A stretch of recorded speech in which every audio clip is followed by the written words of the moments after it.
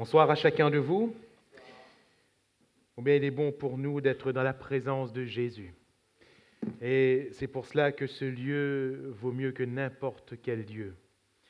Et qui que nous soyons, quelles que soient les circonstances qui sont les nôtres présentement, quelles que soient aussi les choses auxquelles nous devons faire face, peut-être pas directement dans ce lieu et dans ce bâtiment, mais à l'extérieur peut-être, dans notre maison, dans notre foyer, peut-être sur notre lieu de travail, quelles que soient les circonstances, il n'y a aucun lieu qui soit comparable à la présence de Jésus.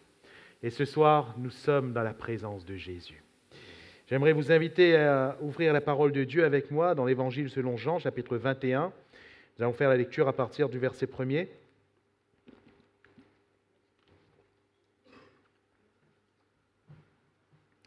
Jean 21, à partir du verset 1er.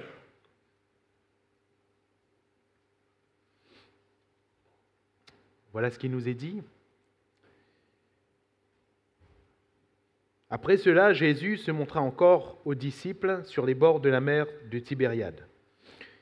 Et voici de quelle manière il se montra. Simon-Pierre, Thomas, appelé Didyme, Nathanaël de Cana en Galilée, les fils de Zébédée et deux autres disciples de Jésus étaient ensemble. Simon-Pierre leur dit « Je vais pêcher ». Ils lui dirent « Nous allons aussi avec toi ». Ils sortirent et montèrent dans une barque, et cette nuit-là, ils ne prirent rien. Le matin étant venu, Jésus se trouva sur le rivage, mais les disciples ne savaient pas que c'était Jésus.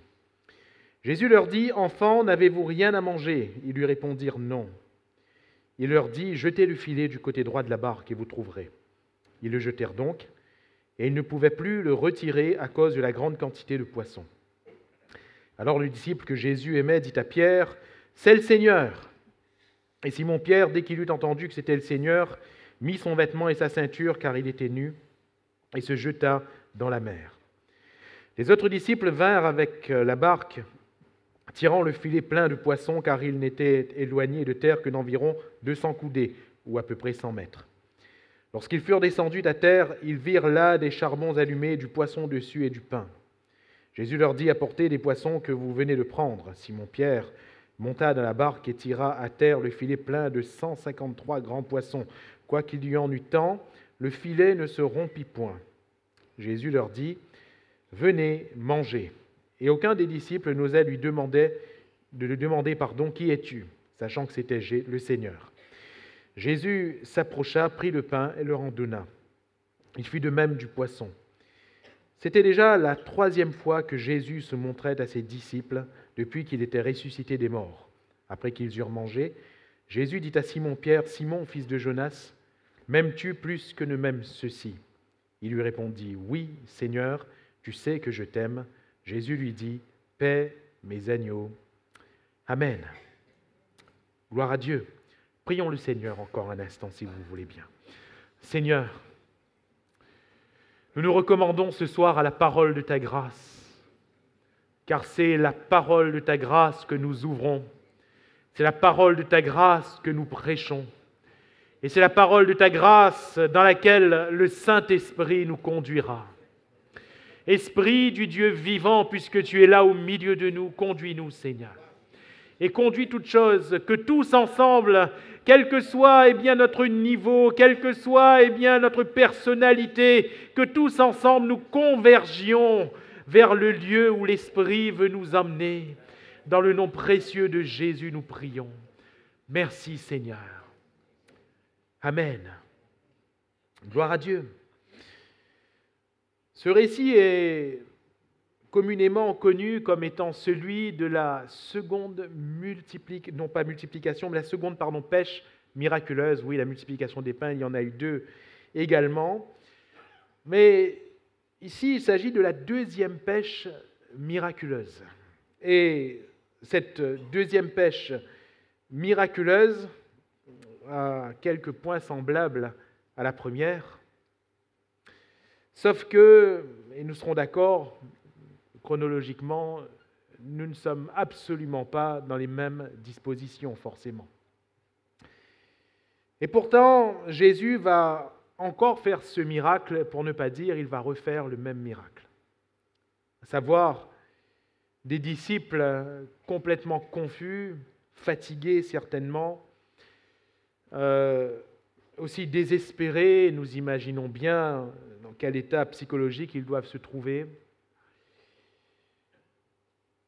Ils ont péché pendant toute la nuit sans rien prendre, comme la première fois, et encore une fois, Jésus intervient et il y a une quantité miraculeuse de poissons qui sort du même lac, on est d'accord. Là où des pêcheurs professionnels n'ont rien pu prendre, pourtant la preuve est qu'il y avait quand même beaucoup de poissons. Ils n'ont rien pu prendre, même pas un seul poisson, 153 grands poissons, et toute la nuit, ils n'ont pas pris un seul poisson. Mais quand Jésus vient, le miracle a lieu. Alléluia. Et Jésus intervient et le miracle a lieu. Quelle est la différence, et la plus grande, entre la première pêche miraculeuse et cette seconde? C'est que, frères et sœurs, pour la première, ils ne connaissaient pas Jésus. Ils ne connaissaient pas Jésus. Et ici, ils connaissent qui est Jésus. Pour la première, eh bien, c'est la première fois où Jésus entre dans cette barque. Et pour la seconde, on peut dire qu'ils ont vécu déjà tellement de choses avec le Seigneur. Pour la première, Jésus commence son ministère terrestre. Pour la seconde, Jésus a déjà tout accompli à la croix du Calvaire. Il est mort et il est ressuscité. Alléluia. Pour la première, eh bien peut-être qu'il n'était pas sûr, il ne comprenait pas tout ce que Jésus avait peut-être pu enseigner. Mais pour cette seconde, la Bible nous dit que Jésus leur a ouvert l'esprit afin qu'ils comprennent les Écritures, qu'ils comprennent. Il y a donc là une expérience forte. Mais malgré cette expérience forte, ils sont dans cet état. Mais ce que nous devons comprendre, c'est qu'entre la première et la deuxième, il y a une expression qui est criée par l'un des disciples. C'est le Seigneur. Alléluia. C'est le Seigneur. C'est le Seigneur. À la première expérience, c'est un homme, on ne sait pas trop, c'est qui, c'est quoi, on a entendu des choses sur lui. Mais à la deuxième, c'est le Seigneur. Alléluia. C'est le Seigneur. Mes frères et mes sœurs, nous ne sommes pas ce soir dans le cadre d'une réunion d'évangélisation. Et j'aimerais parler à l'Église que nous sommes et à nous dire que même si nous avons vécu beaucoup de choses, et même si malgré ces beaucoup de choses, ce soir, nous sommes dans le même désespoir, parce qu'il y a peut-être eu un coup dur, parce qu'il y a peut-être eu quelque chose de beaucoup plus dramatique que tout ce que nous avons pu connaître avant. Peut-être qu'il y a un état qui est alarmant. Mais ce soir, nous sommes dans la présence du Seigneur. C'est le Seigneur. Dans la présence de qui sommes-nous? De Jésus. Jésus est le Seigneur.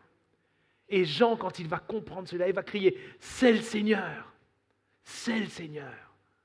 Et réalisons-nous que nous sommes dans la présence du Seigneur. Le psalmiste va dire que celui qui demeure à l'abri du Très-Haut repose à l'ombre du Tout-Puissant. Nous sommes dans la présence du Seigneur. Ce Seigneur qui s'est fait connaître à nous, ce Seigneur qui s'est révélé à nos cœurs, ce Seigneur qui est mort et qui est ressuscité. Frères, sœurs, nous devons réaliser que nous sommes dans sa présence. Et nous ne sommes pas dans la présence d'un Jésus que nous ne connaissons pas. Voilà pourquoi il y aura toujours une différence entre la première expérience et les autres. Parfois, on voudrait que Jésus nous traite comme si nous ne l'avions jamais connu. Mais le problème, c'est que si nous l'avons connu, nous l'avons connu. Et si la première fois, il est monté dans notre barque, si la première fois, c'est lui qui a daigné nous demander, frapper à notre porte, monter dans notre barque, comme il va le faire pour Pierre la première fois. Vous avez vu dans ce texte, il ne monte pas dans la barque. Vous avez vu dans ce texte, il ne dit pas à Pierre, approche ta barque, je vais monter dedans, après on va aller pêcher. Tu vas voir, je vais faire la pêche miraculeuse. Non, non, non. Il fallait que ses disciples entendent la voix du Seigneur. Il fallait que ses disciples fassent, comme le Seigneur leur disait. Et il fallait qu'ils viennent dans la présence de leur Seigneur. Quand on a connu le Seigneur, ça ne peut pas être comme si nous ne l'avions jamais connu. Même si Jésus ne change pas, même s'il est toujours le Dieu des miracles, même s'il est toujours le Seigneur de grâce, c'est le Seigneur. C'est le Seigneur. La première fois, il monte dans notre barque et il nous délivre de nos péchés et de nos passions, n'est-ce pas? Il est toujours Jésus, le Seigneur qui nous délivre de nos péchés. Mais peut-être que cette fois, il ne montera pas dans notre barque. C'est à nous de venir à lui. Alléluia. Trop de chrétiens pensent que alors que malheureusement une passion s'est installée ou réinstallée dans leur vie, ils pensent que Jésus va, par la force des choses, les délivrer encore. La première fois, peut-être que oui. Mais croyez-moi, la deuxième fois, il faut que tu viennes dans la présence de Jésus. Et il faut que tu réalises qu'il est le Seigneur. Sinon, tu resteras des années avec ta passion et peut-être que tu n'en seras jamais délivré. Il y a une différence entre la première fois et la deuxième fois. Il y a une différence. La grâce, je le répète, elle est la même, mais elle ne va pas se manifester de la même manière. Elle ne va pas. La première fois, on ne connaît pas, mais la deuxième fois, on le connaît, ne serait-ce qu'un peu. Et qu'est-ce que nous avons appris de lui? Il est le Seigneur. Alléluia. Il est le Seigneur. Et nous devons réaliser qu'il est le Seigneur. Et les disciples, et il me semble, et nous le verrons dans un instant au travers de 3 aspects de ce texte, il me semble que réaliser pour nous ce soir que Jésus est le Seigneur signifie qu'il nous faut venir dans sa présence. Quand les disciples ont réalisé, quand Jean a crié « C'est le Seigneur », les disciples ont convergé dans la présence de Jésus. Alléluia. Tant que ce n'était un homme qui criait sur le rivage, personne n'y allait. Mais quand ils ont réalisé que c'est le Seigneur, ils sont allés dans sa présence. Alléluia. Et dans sa présence, tout était pourvu. Alléluia. Tout était pourvu. Ce soir, si nous réalisons que Jésus est le Seigneur, alors nous devons aller dans sa présence. Nous devons converger dans sa présence. Vous allez me dire, mes frères, vous venez de dire qu'on est dans sa présence. Oui, Jésus est là. Mais tout en étant là, il peut être un homme qui crie sur le rivage, ou il peut être le Seigneur. Alléluia. Un homme qui crie sur le rivage. Oui, qui peut-être peut faire quelque chose pour nous ou pas. Oui, on entend le son de sa voix, ça peut être un bon conseil ou pas. Mais s'il est le Seigneur, au son de sa voix, nous partirons. Alléluia. S'il est le Seigneur, ce qu'il dit, on le fera. Et s'il est le Seigneur, nous n'abandonnerons pas sa présence. Alléluia. Alors, avant de crier « C'est le Seigneur », c'est Jésus qui va parler en premier, au bout de toute cette nuit sans rien prendre. Et Jésus va leur poser cette question, « Enfants, n'avez-vous rien à manger ?» Enfants, n'avez-vous rien à manger? Alors dans le contexte, nous comprenons qu'il s'agit ici de poissons, il s'agit ici de nourriture. Mais j'aimerais aller au-delà de tout contexte de nourriture, et donc si vous le permettez, je vais enlever les deux mots de la fin, le « à manger », et entendre cette question de Jésus résonner à notre cœur. Enfants, n'avez-vous rien? Enfants, n'avez-vous rien? Enfants, parce que Jésus ne nous appelle pas hommes ou femmes.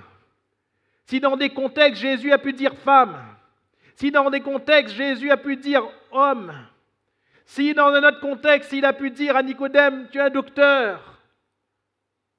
Ici, dans ce contexte, il les appelle enfants, et je le répète parce qu'il y a eu une expérience. Frères, sœurs, nous ne sommes pas des étrangers, alléluia. Nous ne sommes pas des gens du dehors, nous sommes des gens de la maison de Dieu, et nous devons être dans la présence de Dieu. Nous sommes appelés enfants de Dieu, et c'est Dieu qui nous appelle ses enfants, alléluia, à celui qui a cru en son nom. Il leur a donné le pouvoir de devenir enfants de Dieu. Mon frère, ma sœur, tu es un enfant de Dieu. Nous sommes des enfants de Dieu. Alléluia. Et combien de fois Jésus va dire dans son enseignement sur la prière, il va leur dire, votre Père, vous êtes dans le désespoir, votre Père, il vous manque ceci, il vous manque cela, votre Père. Si vous savez donner de bonnes choses à vos enfants méchants comme vous l'êtes, à combien plus forte raison votre Père ne donnera-t-il pas de bonnes choses ou le Saint-Esprit à ceux qui le lui demandent? Nous sommes enfants de Dieu. Il est le Seigneur et nous sommes ses enfants. Alléluia. Enfants dans le sens où nous sommes peut-être bien incapables. Enfants, c'est très certainement dans le sens où il nous manque un peu de maturité, souvent, n'est-ce pas? Même parfois, après 20, 30, 40 ans, peut-être même 50 ans de conversion, on se retrouve comme des enfants dans certaines situations. Et notre manque de maturité est démontré. Le Seigneur nous connaît déjà, mais est démontré dans certaines situations que nous traversons. Enfants, mais Jésus ne nous reprochera jamais d'être incapables. Jésus ne nous reprochera jamais d'être démunis. Jamais. Ce qu'il nous reproche, au contraire, bien souvent, c'est de manquer de foi. Manquer de foi. Enfants, n'avez-vous rien? N'avez-vous rien?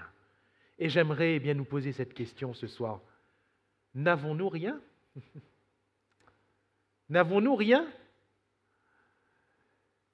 Et peut-être que quelqu'un va dire, frère, vous avez bien dit, je n'ai rien. Pasteur, je n'ai rien. Si vous saviez ce que j'ai traversé, si vous saviez seulement ce que je suis en train de traverser, ce que je suis en train de connaître, et ce que je suis en train de connaître me fait dire, je n'ai rien. Je pensais avoir, mais je n'ai rien. Je pensais pouvoir compter sur un tel, sur une telle, sur un frère, sur une sœur, sur mon père, sur ma mère, sur mon mari, sur mon épouse, sur mes enfants. Mais finalement, je n'ai rien. Peut-être que dans ton incapacité, face à ta situation, tu dis, mais finalement, je n'ai rien. Je n'ai rien. Enfants, n'avez-vous rien? Eh bien, j'aimerais vous dire, si vous avez le Seigneur, nous avons le Seigneur. Nous avons le Seigneur. Et si Jésus est avec nous, nous avons tout. Enfants, n'avez-vous rien? Et si c'est une question, nous pouvons répondre, Jésus, j'ai tout en toi. Alléluia. J'ai tout en toi. Humainement, je n'ai rien, mais finalement, j'ai tout. Vous avez remarqué? Ils n'avaient rien, parce que quand ils n'avaient pas reconnu Jésus, ils n'avaient pas compris que c'était Jésus. À la question, ils vont répondre, ben non, on n'a rien.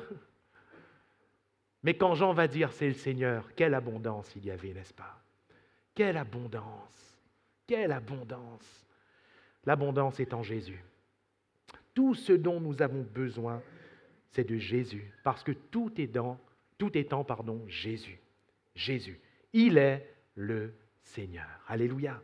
Quand bien même nos yeux ne voient rien, il est le Seigneur qui appelle les choses qui ne sont pas comme si elles étaient. Il est le Seigneur qui peut tout. Quand bien même nos yeux ne voient que le mal, il est le Seigneur qui change le mal en bien. Quand bien même nos yeux ne voient que la maladie, il est le Seigneur qui nous guérit de toutes nos maladies. Quand bien même nos yeux voient les manques, il est le Seigneur qui pourvoit à tous nos besoins. Il est le Seigneur, et nous avons tout en lui. Et Jean va dire, c'est le Seigneur. Et tous vont converger vers lui. Alléluia. Oh, frères, sœurs, puissions-nous converger vers le Seigneur. Alors, 3 aspects que j'aimerais succinctement relever avant que l'on puisse prier simplement et laisser le Seigneur agir dans nos cœurs. Premièrement, Jésus est là pour nous donner la paix et rassurer notre âme. Il est le Seigneur de la paix, il est le prince de la paix. Et cette paix, il veut nous la donner. Ses disciples, depuis que Jésus a été crucifié et mort, ils avaient du mal à réaliser la résurrection de Jésus. Ils avaient du mal.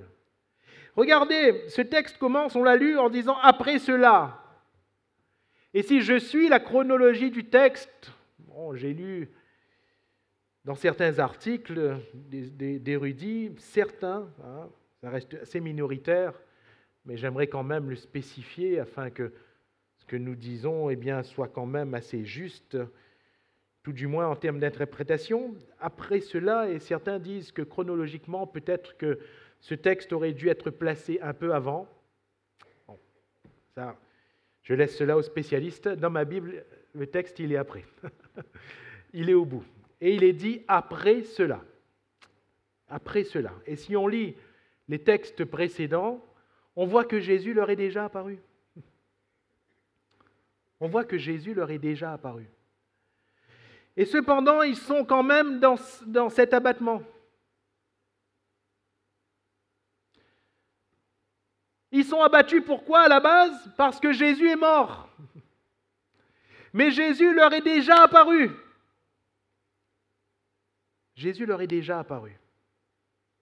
Sauf que Jésus, avec eux, n'est plus dans la même fréquence qu'avant. Parce qu'avant la mort de Jésus, ils étaient toujours et en continu avec Jésus, n'est-ce pas? Et là, Jésus leur apparaissait et disparaissait, leur apparaissait et disparaissait. Ce n'est qu'à partir de la Pentecôte, quand le Saint-Esprit va tomber sur eux, que la présence de Jésus va être là, continuellement, mais cette fois dans leur cœur. Alléluia, dans leur cœur. Ils étaient dans cet abattement quand Pierre va dire « Eh bien, je vais aller pêcher. Je vais pêcher. » Et les autres, un petit groupe, vont dire « Bien, on vient avec toi. » Et cet abattement est là. Et on dirait que cet abattement s'en va quand Jésus se signale et qu'ils vont dans sa présence. Cet abattement est également là, dans le cœur de ces femmes et de Marie-Madeleine, de Marie, mère de Jésus et de ces femmes, jusqu'à ce que Jésus leur apparaisse. Et cet abattement se transforme en joie. Cet abattement est là, dans le cœur de ces 2 disciples sur la route d'Emmaüs. Et cet abattement se transforme en joie quand Jésus leur apparaît, quand Jésus leur parle. Notre cœur ne brûlait-il pas? Alléluia. Et heureux, tout contents, ils retournent vers leur pour leur annoncer que Jésus est ressuscité et que Jésus leur est apparu. Cet abattement est là, dans la chambre haute. Lorsque, non pas les 11, mais les 10, Thomas n'étant pas là la première fois, sont réunis dans une chambre à la porte close. Jésus leur apparaît et Jésus leur dit: la paix soit avec vous. Alléluia. Jésus leur apparaît, cette fois Thomas est là, et Jésus leur dit encore: la paix soit avec vous. Et Jésus leur apparaît ici. Et quand ils viennent dans la présence de Jésus, la paix et la joie remplacent l'abattement. Alléluia. Et cela me fait dire une chose, que la présence du Seigneur, parce qu'il est le Seigneur, va changer notre état. Alléluia. Il peut changer notre état ce soir même, parce qu'il est le Seigneur. Alléluia. Il est le Seigneur. Et en nous donnant sa paix, il nous donne sa joie. Et il enlève toute l'anxiété qui peut être là, tout l'abattement qui peut être là. Je ne sais pas ce qui peut t'abattre ce soir, mon frère, ma sœur. Mais n'attends pas qu'un coup de baguette magique vienne changer cet abattement. Viens dans la présence du Seigneur. Viens dans la présence de Jésus, le prince de la paix. Deuxièmement,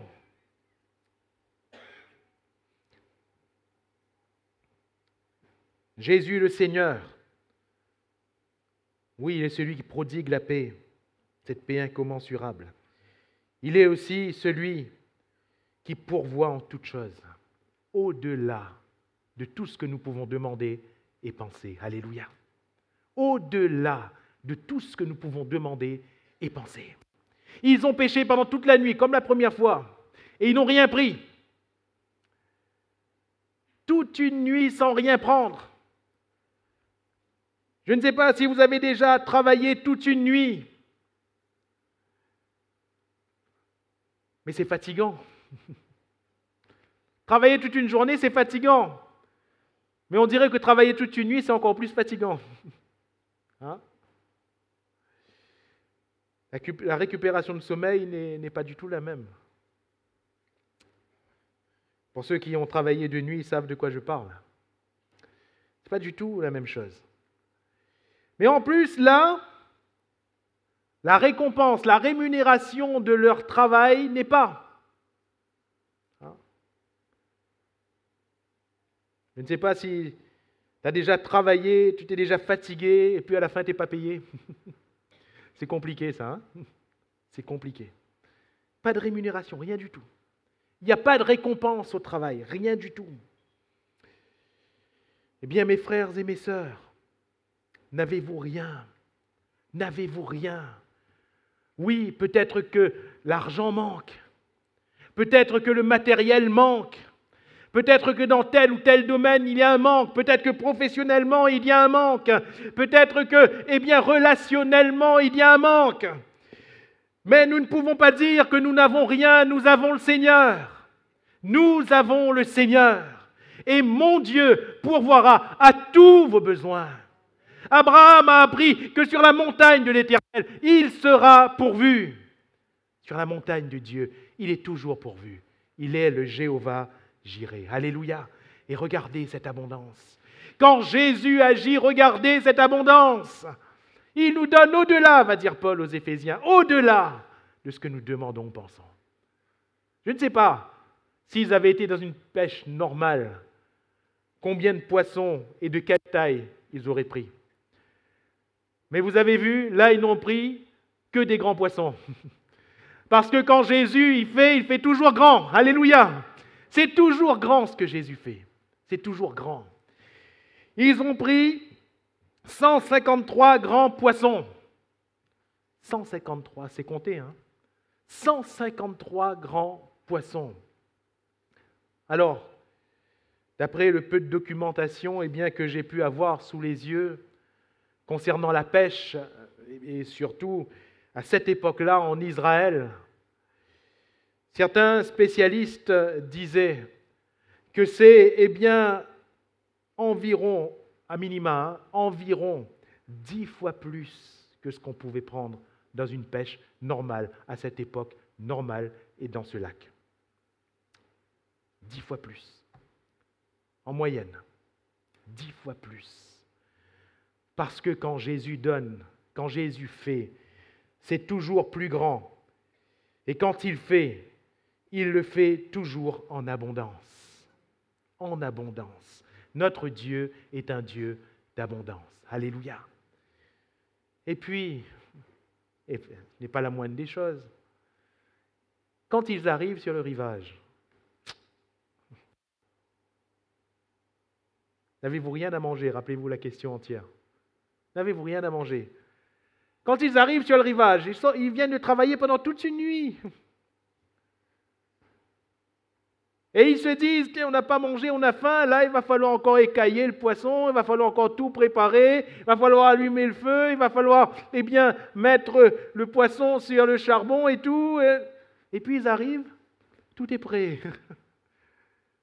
Tout est prêt. Jésus avait déjà prévu le poisson, le pain, tout ce qu'il fallait. Le feu était déjà allumé, il ne restait que la braise.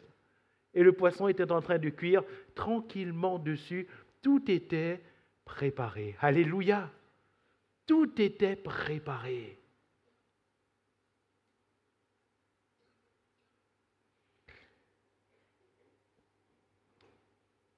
Je ne sais pas si vous avez déjà mesuré, parce que nous y avons déjà tous goûté, mais mesurer la providence divine. Elle est incroyable. Elle est incroyable. C'est le Seigneur qui prépare tout à l'avance. Alléluia. C'est le Seigneur qui prépare tout à l'avance. Pourquoi? Parce que lui ne subit rien. Il est le Seigneur.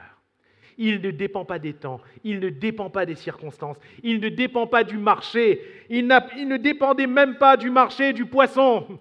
Il ne dépendait pas des circonstances, du temps, de la météo, même pour allumer le feu. Tout était prêt. Tout était prêt. Tout. Mon frère, ma sœur, quand on vient dans la présence de Jésus, et ça c'est le point central de tout ce qu'on est en train de partager, si on reconnaît qu'il est le Seigneur, nous pouvons avoir l'assurance que suivant ce qui nous manque, tout est déjà prêt. Tout est déjà prêt. Il est le Seigneur. Alléluia. Il prépare tout à l'avance. Tout est déjà prêt. Tout. Tout. Et j'aimerais terminer par un homme ici, tout particulier, qui se dégage dans ce texte, bien évidemment. Pierre, Simon Pierre. Enfant, n'avez-vous rien? Et lui, il avait un autre besoin. Si à tous ses disciples, la présence de leur maître leur manquait, si à ces disciples-là, ils n'avaient rien à manger, Pierre avait toutes ces déceptions que nous venons de citer, avec une en plus. Il avait offensé le Maître. Il avait péché contre son Seigneur. Et mes frères et mes sœurs, parce que là c'est plus difficile, parce que comment fait-on pour revenir dans la présence de celui que nous avons offensé?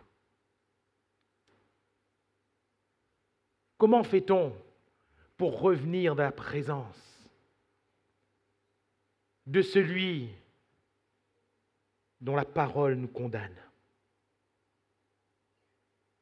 Jésus avait dit, « Celui qui me reniera sur la terre, je le renierai devant mon Père. » Et il me semble que ces paroles résonnaient dans le cœur et dans l'esprit de Pierre. Comment pouvait-il avoir part? Et il me semble également que, voilà pourquoi dans ce texte, il voulait partir.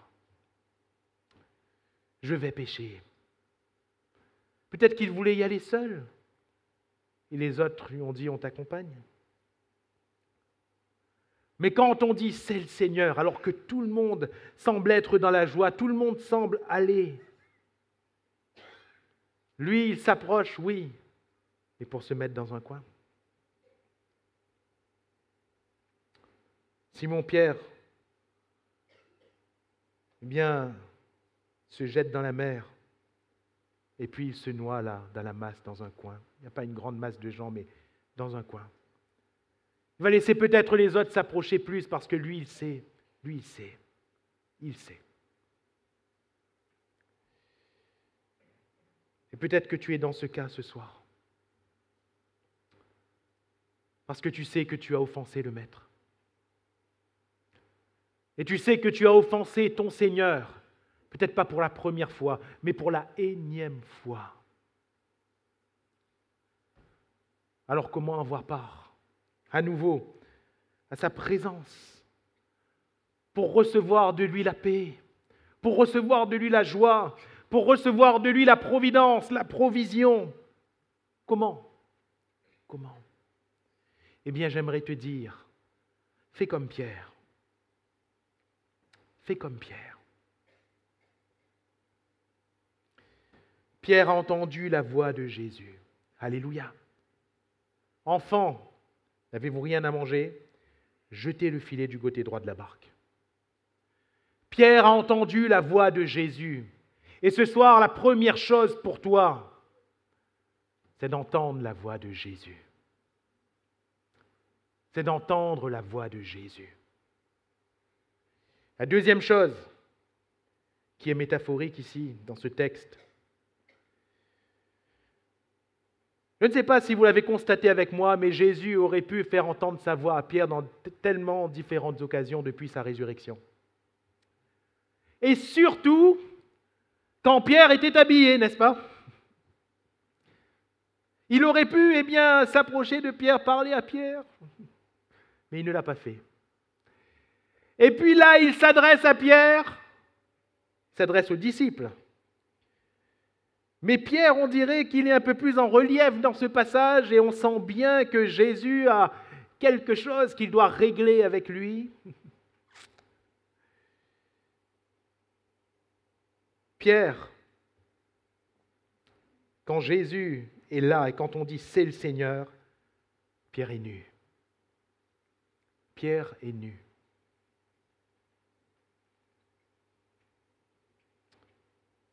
Il est en sous-vêtements pour pécher. Et c'est là que la voix de Jésus se fait entendre à lui, quand il est nu.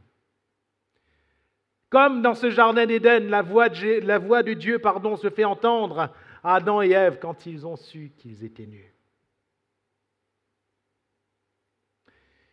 Et Pierre, bien sûr, c'est métaphorique. Pierre, il se sait découvert.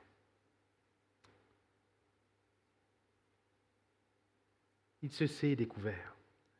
Et quand il essaie de se recouvrir, parce qu'il remet son vêtement, quand il plonge à la mer pour essayer de rester anonyme comme si de rien n'était, on dirait que Jésus revient vers lui, nous l'avons lu à la fin de notre récit, de notre lecture tout à l'heure. Jésus revient vers lui, on dirait, pour enlever encore le vêtement.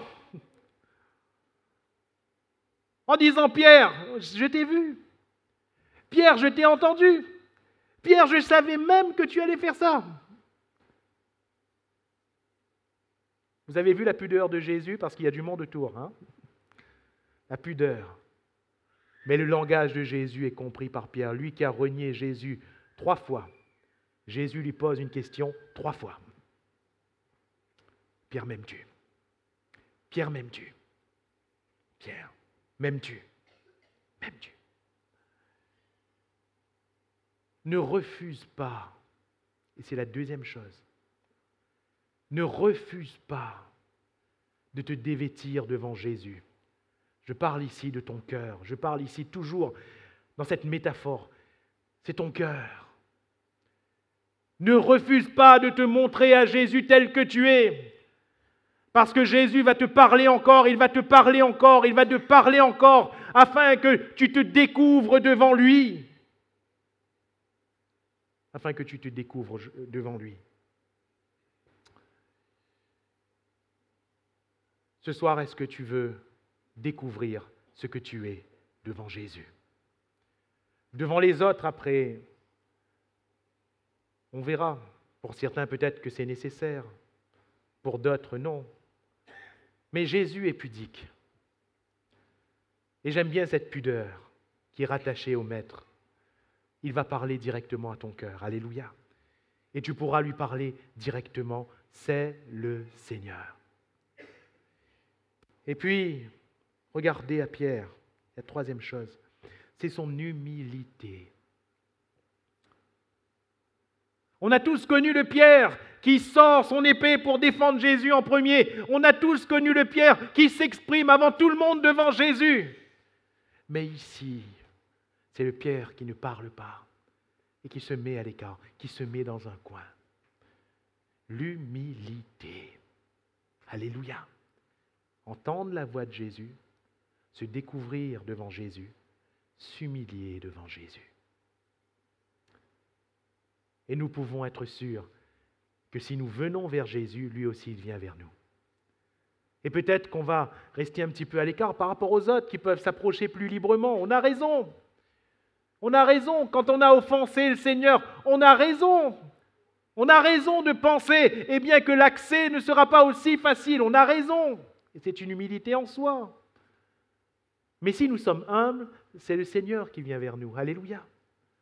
Et c'est le Seigneur qui nous pardonnera. Et ici, Jésus, il veut pardonner à l'apôtre Pierre. Il est le Seigneur qui pardonne. Alléluia. Il est le Seigneur qui veut te pardonner de tes péchés, qui veut te relever de tes iniquités. Il est le Seigneur qui veut te redonner un libre accès. Si tu veux entendre sa voix, si tu veux dire la vérité, et si tu veux, eh bien, t'humilier devant le Seigneur. Vous voyez, il est le Seigneur. Il est Jésus. Et c'est dans sa présence que nous sommes ce soir.